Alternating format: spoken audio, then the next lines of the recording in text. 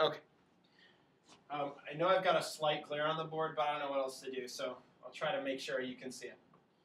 All right, so we've got, just a quick review, we've got singular, or two columns in our verb charts. We've got a singular and a plural column. And remember, we've got three persons. First person, second person, third person. So it would be I, you, he, she, it, Caesar, whoever, we, you all, or if you're from the South, y'all, right? And then they, or whatever, the liberators, whoever. Sorry, it's Latin class, so I have to use all these classical examples. Okay, so we had done first conjugations last time, and so let's just review that real quick. Remember, in first conjugation, you've got a strong A theme vowel. So you're going to see that strong A showing up everywhere, basically everywhere. So take a well-known verb like amo. Amo, amas, amat, amamos, amatis, amat. There it is. Okay, so we've got our endings. We want to keep those in mind, and they're pretty much regardless of conjugation. So O-S-T, mus, tis, unt. So that's all I did, right? Amo, amas, amat, amamos, amatis, amat. Okay, so far so good. Second conjugation pattern, remember, these are just patterns. So we have a long E theme vowel pattern, long E. So you've got, let's take moneo, right? I warned. Moneo, mones, monet, monemus, monetis, monet. So that E shows up everywhere. Moneo, mones, and it stays long before the S or gets killed by the T and the NT. Monemus, monetis, monet. Okay, so I think we've done both of those last time. This time I got a request to do, I guess, third, both consonant stem and I stem, or some people call them third regular, third I-O, whatever you want to call them, doesn't matter to me. Okay, so the first thing that I tell my students, these are like my fifth graders or fourth graders, is that we've got to remember that when we go into third and fourth conjugation, I teach them like be aware, like kind of wake up, get your smelling salts, whatever it is. Because here we kind of have new categories, not only in the present but also in the future and other tenses. So it's a good time to kind of like wake up.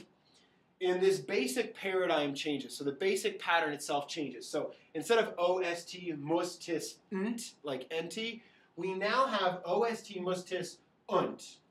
Unt. And so when you get to third and fourth, remember, it's not O-S-T, mus, tis, unt, but O-S-T, mus, tis, unt, unt, unt, unt. So, sounds like a techno song, right? Okay. So we'll do our third regular or our third consonant stem.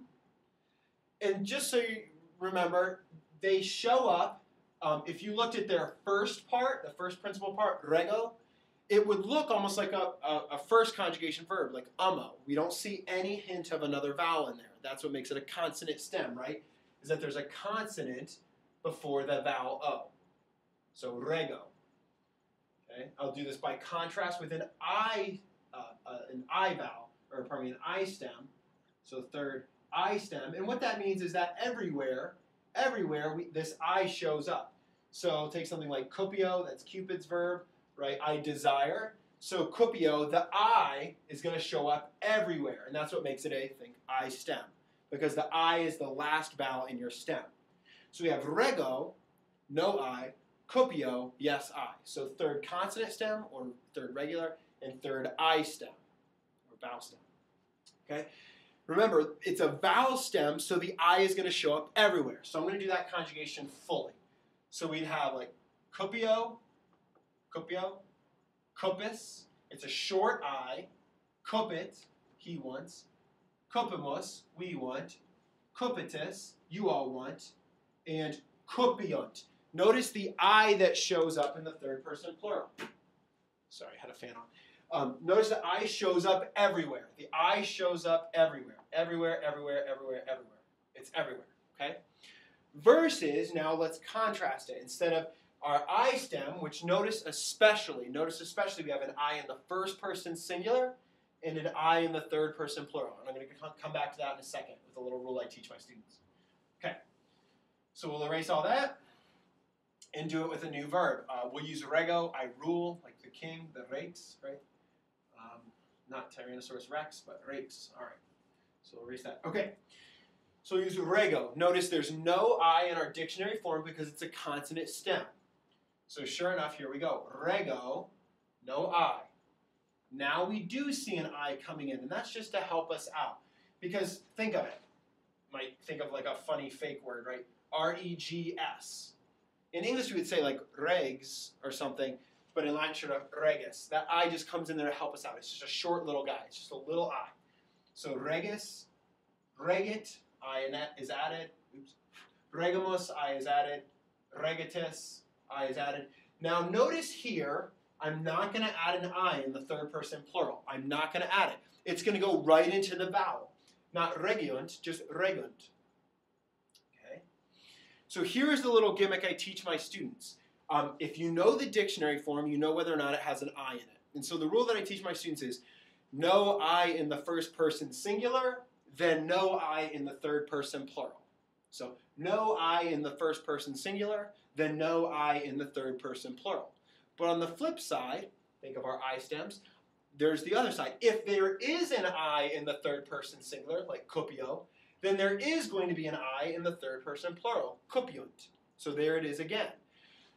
So, or another way you could just say, well, an I stem is going to have I's all the way through. But there's a little check for you to make sure you don't get confused on third consonant stems. So there's no I in the first person singular, then there's no I in the third person plural. Okay? All right. Hopefully that's helpful. If it's not and I left something out, let me know. All right, last but not least, fourth conjugation. Fourth conjugation is set out by having a long I as the theme vowel. A long I as the theme vowel. So, whereas the third, rego, I should have written the infinitive earlier, but there it is. It's a short E, unlike the second, which was a long E. Copio, copere. It's a short E. Fourth conjugation has a long I. So just to review, first long A, second long E.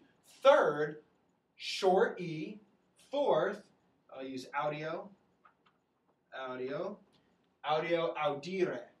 Remember, you go to that second form, the infinitive, to find it. So audire, long I. And there's going to be an I all the way through. But remember, it's a long I. So I would do the same thing, right? Chop off my RE. That gives me my stem. So we've got audi. It gets shortened because the O kills it. Anyway, it's a short I. Then we've got out. So it's audio, audis, audit, audimus, auditus, audiunt. Okay, so audio, audis, audit, audimus, auditus, audiunt. The I shows up all the way throughout the pattern, but remember here, unlike with our third conjugation, it's a little helping I vowel, or a little stem I vowel. In the fourth, it's a long I. So when it's not killed off by a T or an NT or another long vowel, there's a little rule on death letters, but I won't talk about them right now. Anyway, if it's not shortened, it stays long, audis. Whereas here, remember with your third, it's never long to begin with. Okay? So what I recommend is to grab a verb that's very common or that you know, like rego, and again, mentally run through it. The I is only added in the second, third singular, and first and second plurals. And there's no I in the first person singular, then there's no I in the third person plural. So rego, regis, regit, regimus, regitus, regunt. No I in the first singular or third plural. Versus copio or copio or whatever you want to use for that one. Copio, cupus, cupit, cupimus, cupitus, copiunt. Versus a long I, fourth conjugation, audio, audis, audit, audimus, auditus, audiunt. Okay? So again, just to review, it's short in the first person singular, the I. It's short in the third person singular as well, and it's short in the third person plural. Okay, so I hope that's helpful for those conjugations. If it's not, I can reshoot it.